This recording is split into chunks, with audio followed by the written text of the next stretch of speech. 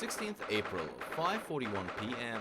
Local prison, cell 14. Okay, I just forgot. I just want to check out the blood samples portfolio because we don't know yet.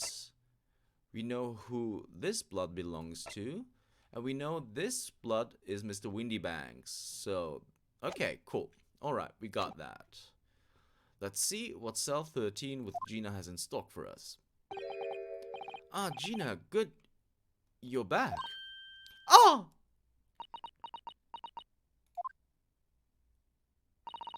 The police must have finished questioning her then. Oh, how was it, Ginny? Was it awful? Didn't bother me. Thank you for the papers you signed before. It meant we were able to investigate at Windybanks. Oh, right.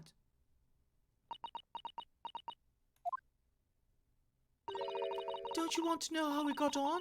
We've been ever so busy. What's the point in asking? Won't change what everyone's saying, that I did it. That's not... Gina, we came to ask for your final decision. What decision? About tomorrow's trial. Will you let me defend you or not?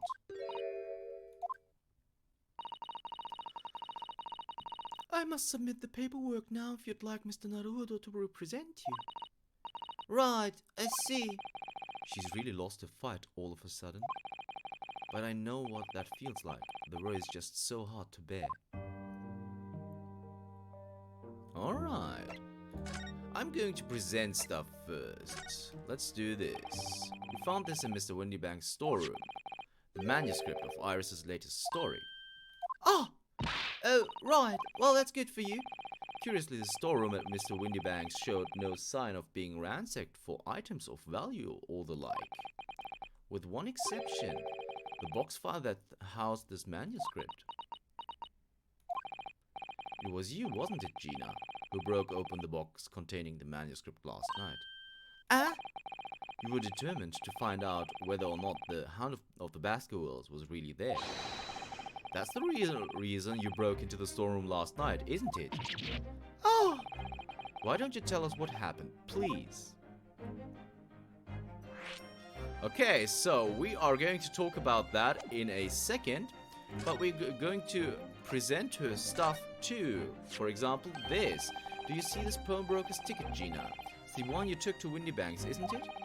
The one for that black overcoat that you're wearing now. What? That? I don't know. They all look the same to me, those tickets. Surely not. Well, this one has a very obvious mark on it that would appear to be blood. Does that ring any bells? I don't know. It all looks the same to me. Blood. And they all sound the same to me. The answer's suspicious. Uh-huh. Okay, so that's not going to do anything, right? Here, Gina, look at this. Yeah. We can just skip. That's good. Can we... Gina, I'd like to thank you for signing these papers. If you want to thank me, you can do it once you've got me off the hook. Alright then. Wait, what? Shouldn't you be thanking me then? You know what, Mr. Naruto? It ain't good manners to expect thanks if you do something in favor. I know that. She's as tricky with words as she is with her fingers. Alright, what about this? Here, Gina, look at this. Okay, so we can just skip that. And we already showed her the armband, which means that we can just converse what we've uncovered.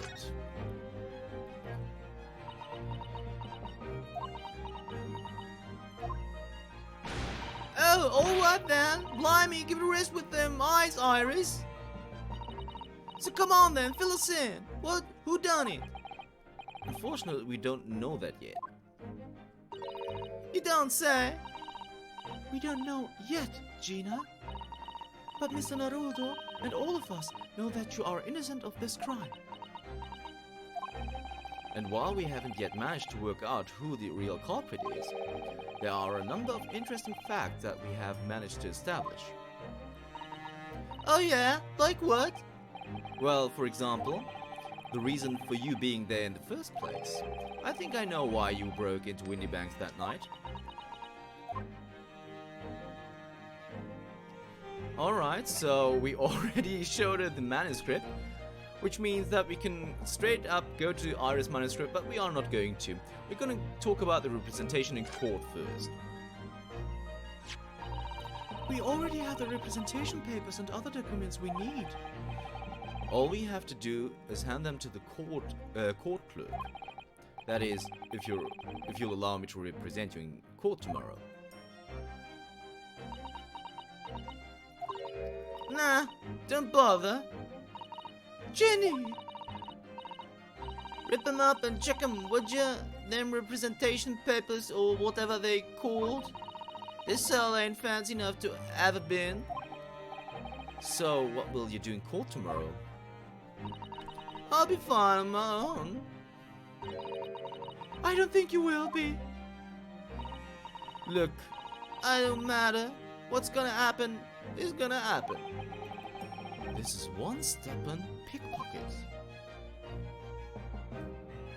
Alright, so let's talk about the manuscript then. Alright, yeah, this basketball story, it's the latest Chronicles adventure, right? But it ain't been printed yet.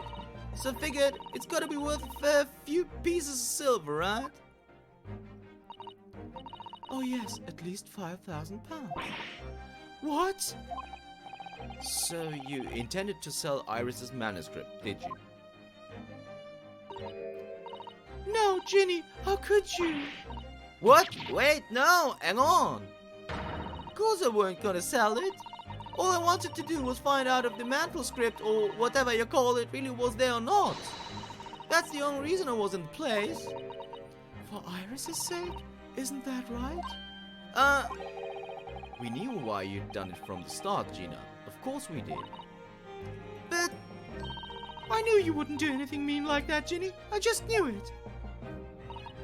Well, when I saw the manuscript in the storeroom, it reminded me of what you'd said the night before. Grown-ups do a lot worse than that, believe me. But barefaced lies, a lot of them. You just ain't realized it yet.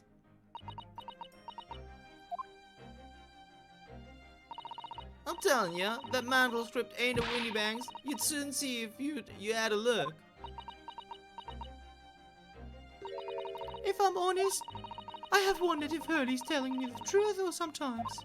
I mean that it's sometimes wonder if he might have hidden my manuscript somewhere I don't know. Even though it's wrong of me to doubt him.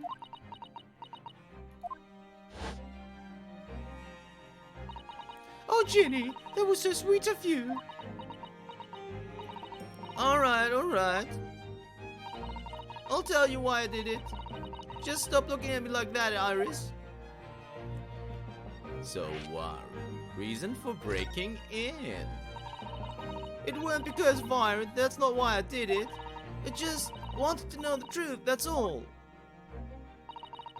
You wanted to know if Mr. Sholmes was being honest, if he'd really deposited the manuscript at Windy Banks. It's like I told you the night before, I never had a father.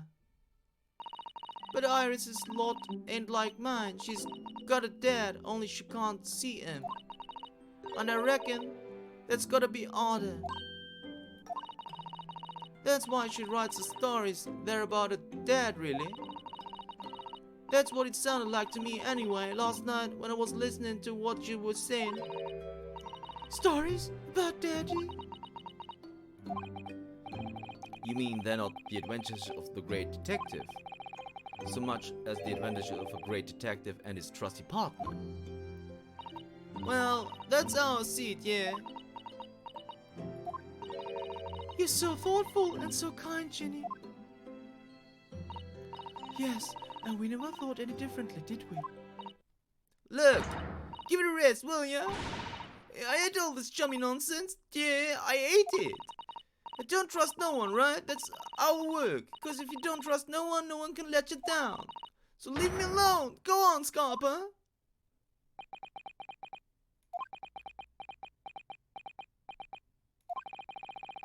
hadn't noticed until now, but it's unmistakable. Right there, on both sleeves of that overcoat, are some very suspicious red stains. What? Why are you looking at me like that? I think it might be worth presenting some of our other findings in that area to Gina now. That means we can present this to her, the blood sample portfolio. Those stains on the sleeves of your new coat, Gina.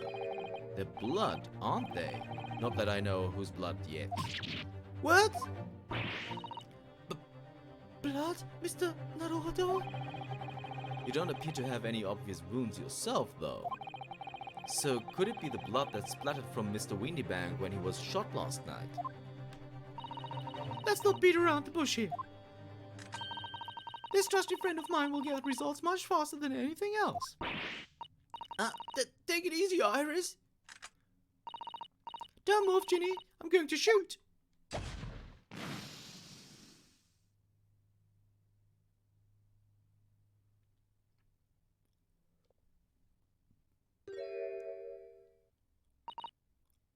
Oh. Oh! Oh my! What the? Forget the sleeves. The whole coat is covered in blood. Of course, the black color of the fabric was making the stains. That's why we haven't seen them until now. And the blood has reacted with the chemical to turn a purple color, which matches one of the samples we've already collected perfectly.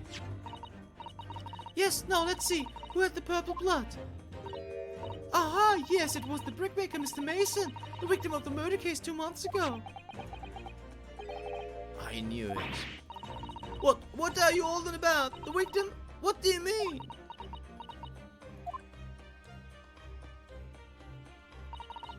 It's a rather uncomfortable situation, Mr. Naruhodo, but I think this makes things quite clear. It means the omnibus case is finally solved. The truth about who really murdered the brickmaker, Mr. Mason, is revealed. Oi! Would someone explain what's going on? Stop telling an awful story!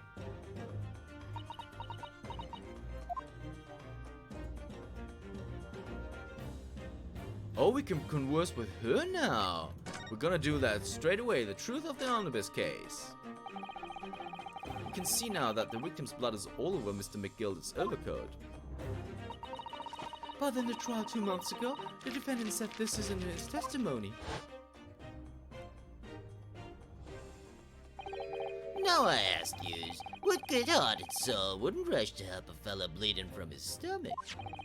It wasn't about to start worrying about me gloves now, was I? I reached out to give that man a hand. But if you look at this overcoat now, it's clear. These stains couldn't have arisen from McGilder trying to pull the victim to his feet. No, if that was what had really happened, the blood would have splashed all over the front of the coat. The only explanation for this pattern of blood is that it splattered over McGilder's coat when he stabbed the victim in the stomach. I've tried to run from the truth for long enough, but there's no escaping it now. The true culprit in that case, Mr. Mason's killer, Magnus McGilded.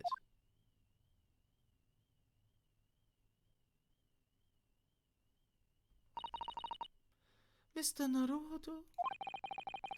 That horrible case is solved at last. And I helped the man walk free from that trial. I used all that twisted testimony and all that sham evidence to prove his innocence. How could I have let that happen?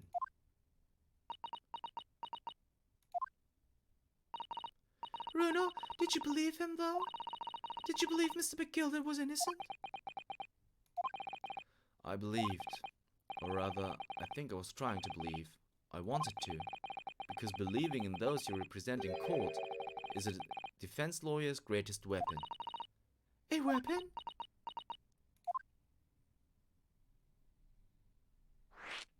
A lawyer's weapon. Before we came to Great Britain, a great friend of mine, taught me a valuable lesson. You mean Kazuma-sama? Listen, Ryunosuke. We lawyers are only human. We can't know for sure what is the truth and what is a lie. Which is why we must resort to our primary weapon.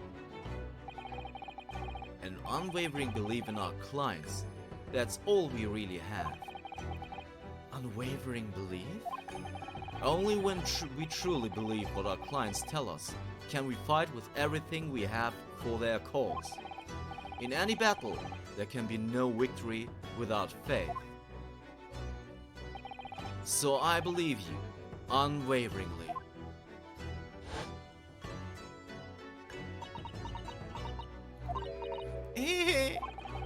What's funny, Gina? Cool. Sounds like this Empire Japan you come from, everyone must be soft. Well, come on, look at the mess it's got you into believing in that bog trotter.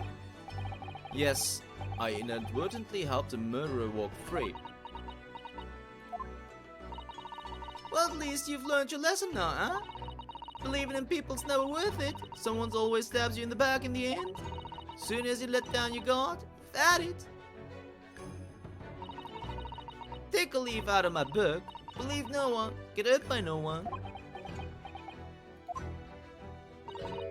Gina, may I ask you something? What? I'd just like to make absolutely sure. What would you like us to do with these representation papers for tomorrow's trial? How many times do I have to say it? Rip them apart and chuck them away. Are you really sure that's what you want?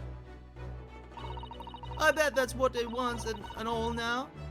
Mr. I'm a believer lawyer over there. Don't forget it was me in that trial 2 months ago. I let everyone off the garden path, didn't I? And you're telling me you can believe in me after that? Not likely. Well, Mr. Naruhodo, A lawyer's primary weapon is an unwavering belief in his clients. Ultimately, it comes down to whether or not I feel I can trust Gina after everything that's happened. I do trust her, she didn't do it. With Mr. McGilded, that was something else, but I trust her. Gina, let me say it again. Please allow me to represent you in tomorrow's trial. Are you off-baked? Not at all. You've not once admitted to committing a crime, have you? What's more, I believe that you're telling me the truth. Seriously, huh, Mr. Narrow Udder? Didn't you hear all of what I said before? I'm a born liar. Fibs just tripped me off me tongue, and I'm a diver, don't forget. They pulled the wool over your eyes 2 months ago and got you into all sorts of trouble. Why would you ever trust me now? I just don't get it. Gina, I do understand why you chose not to put your trust in others. But I assure you, there's more to this life than you yet realize. What do you mean? The world we live in is full of people you would do very well to trust. People who won't ever let you down. It's true that I'm just a student of law and I'm certainly lacking in courtroom experience. But I can promise you this. Whatever happens, and until my very last breath, I am completely on your side.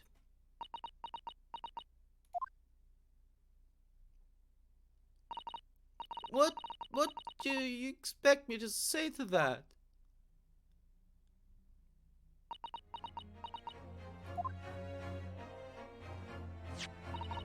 Then it's decided. I will take the papers now and carry out the necessary preparations for tomorrow's trial. It would be a shame to throw them away now after it's been panned with your name so beautifully. Do what you like. You Eastern lot are... I don't know what you are. I don't get ya.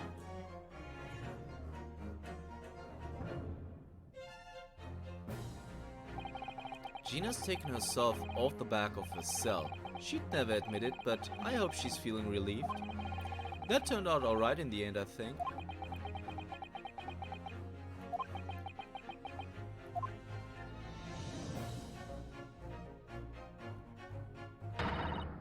Whoever's hiding there! Show yourself at once! Eavesdropping is the height of cowardice! Mr. Sato? Somebody's there in the shadows, I can sense it! Somebody who wasn't there before! What?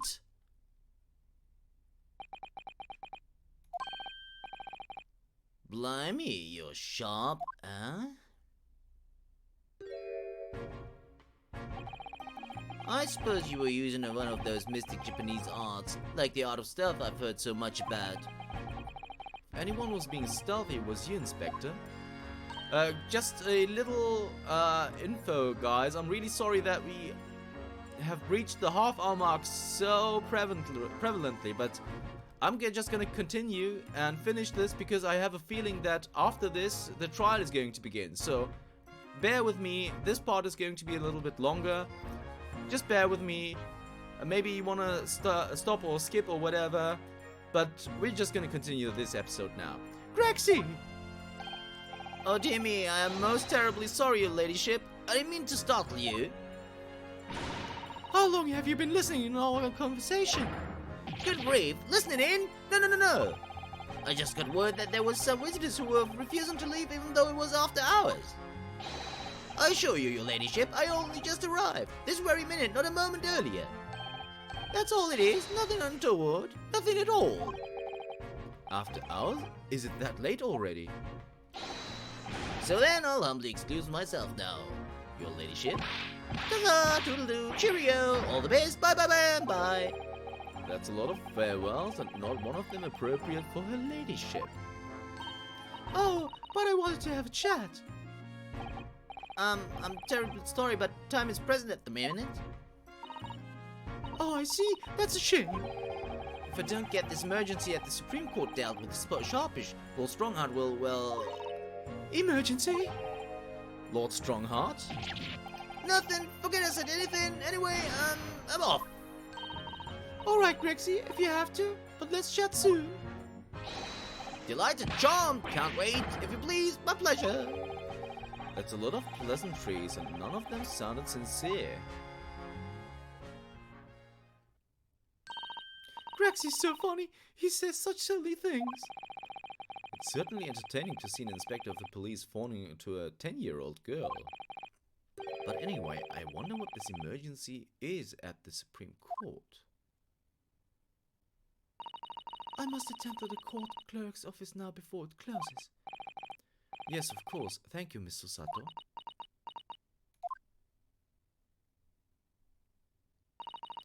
Kindly escort Iris home now, Mr. Naruhodo. I shall meet you there later.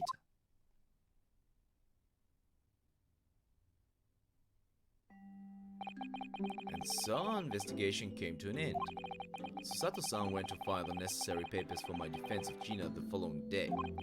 And then it hit me.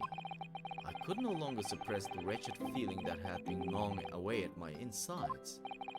Tomorrow, Susato-san would be leaving Britain and making her way back to Japan.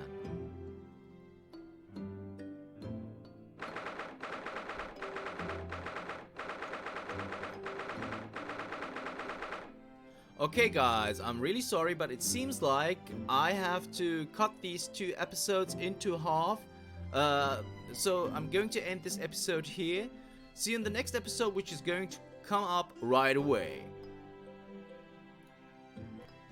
Hey guys, welcome back to the Great Ace Attorney Chronicles! Without further ado, because the last episode was so long, I cut them into half and split them together or whatever. You could say however you want to. Let's just keep pressing and end this episode. 16th April, 11:13 p.m. Naruhodo's Legal Consultancy. Naruhodo-san, it's been a very trying day, hasn't it? I do hope you're not too exhausted. What about you, Susato-san? Today has been even more trying for you, I'm sure. Mr. Sholmes was shot before our eyes. Gina was arrested.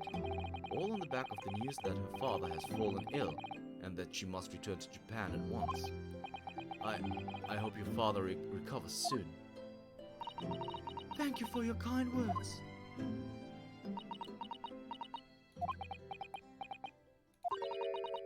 I wonder why it is that so many thoughts rage in my head like a storm, and yet I seem unable to find the words to express any of them. I know exactly what you mean. Anyway, I have one final task to complete as your judicial assistant. Once that is done, I shall make my preparations for my departure tomorrow. One final task? Alright, so what is that final task? Let's just, I wanna have the achievement. I'm pretty sure there is one. What's the matter with me? Why am I examining things at the time like this? This is my last chance to talk to Sato-san before she leaves. Yeah, okay, so we can't. So let's converse then, going back to Japan. It's just 2 months since we've arrived in London, but we've managed to establish this office. It was finally feeling as though we were settling in. I would be lying if I said I felt no regret. I'm so sorry, Susato-san. It's just so sudden. I really don't know what to think. I've had no time to gather my thoughts. I know we've only been here a short time, but in my limited experience of the courtroom, I feel I've learned something. And what would that be? It seems to me there are many facets to people's personalities. Facets. And like a jewel, the light plays of them in complex patterns, illuminating their actions and their motives. But we see as... That must be a typo, right? But we only see a small number of the total facets, and what is illuminated is only a part of the whole story. What lies in the shadows? What do those facets we cannot see look like? Perhaps there are some parts we'll never lay eyes on for as long as we live. That's so true. Sometimes I feel as though I'm blind to so much. But I keep hoping that one day it will all become clear. That all the facets will be illuminated, and I'll finally understand how everything fits together. Naruto-san. I suppose what matters is that we keep our eyes open and keep moving forward, even if the way sometimes seems dark. It's amazing to think it's been just 2 months. You've grown so much. Sorry? What? Oh no, it was nothing. Unimportant. Tomorrow's departure. Do you know what time you will leave London in the morning? Yes, I picked up my ticket earlier. I shall be leaving here at 4 a.m. I see. Well, I'll escort you to the station. Absolutely not. Sorry? I'm sure you realize why I couldn't possibly let you do that. You have a very important day ahead of you tomorrow. Gina's trial. Yes, I know, but... Every word you utter will have the potential to determine Gina's fate. You must get as much rest as possible. Even though, like me, I'm sure you will find it hard to sleep. But please, for me, do try. Alright, one final task. You mentioned one final task a moment ago. What did you mean? Oh my, I nearly forgot. Please, I want you to have this. What is that? Some huge bundle of documents. It's my notes from the case 2 months ago. The murder that was committed on the omnibus. The McGilded case. It seems to me that this case of Mr. Windybank's murder, of which Gina is accused, is very much tied up with that of that omnibus case. Sorry, guys. In ways that are not completely apparent. So I took the liberty of consolidating my writings about the case for you. With everything else she's had to think about, Susato-san still managed to do this. And all neatly laid out for me in her beautiful handwriting. It was my pleasure. I can only hope that it will bolster your case tomorrow for Gina. Thank you so much, Susato-san. I will do my best to use it wisely. You really are the best judicial assistant in the world. Well, that's extremely flattering. But I'm sorry to say that I've been a complete failure. Sorry, I didn't quite catch what you said there. Oh, ignore me, I was just mumbling to myself. The McGilded case notes have been entered into the court record. McGilded case notes, notes collated by Miss Susato about the McGilded case that we worked on 2 months ago.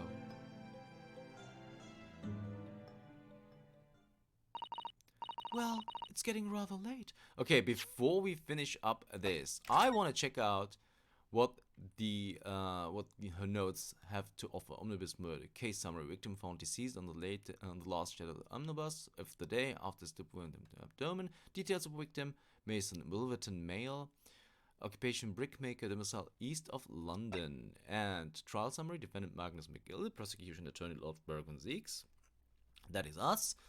The defense attorney, that is. Conviction was assured with 3 eyewitness testimonies.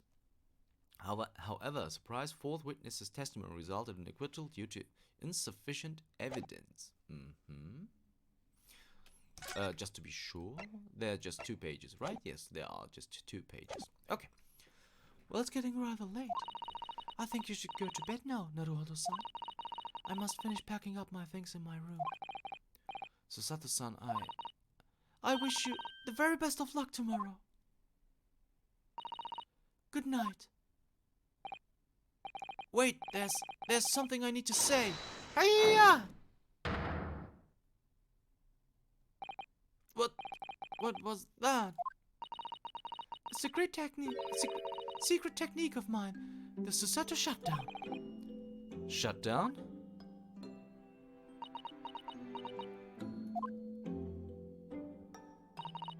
Please, I implore you. If we have to voice our goodbyes, I won't be able to hold back my tears.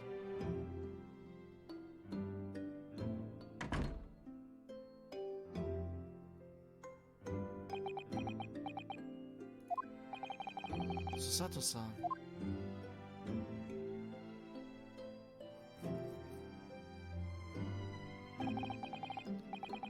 It truly had been a trying day. On our feet for hours, getting Gina to open up to us and learning the truth about the nemesis of a case. Physically and mentally, I was exhausted, and yet the idea of sleep seemed impossible. But I forced myself to close my eyes, and as a cacophony of scenes of our lives here in London played through my mind, eventually, my fatigue triumphed, and I fell into a deep sleep.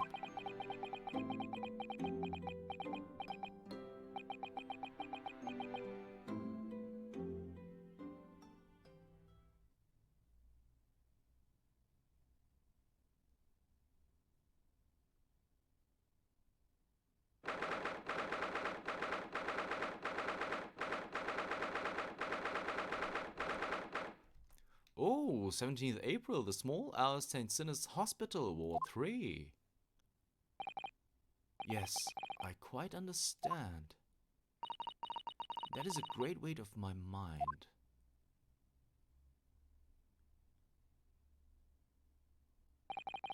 Rest assured, I shall put everything in place exactly as we have discussed.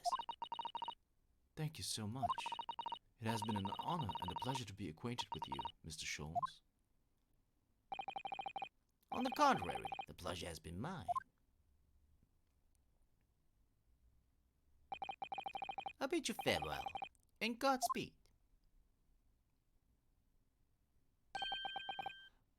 My dear madam.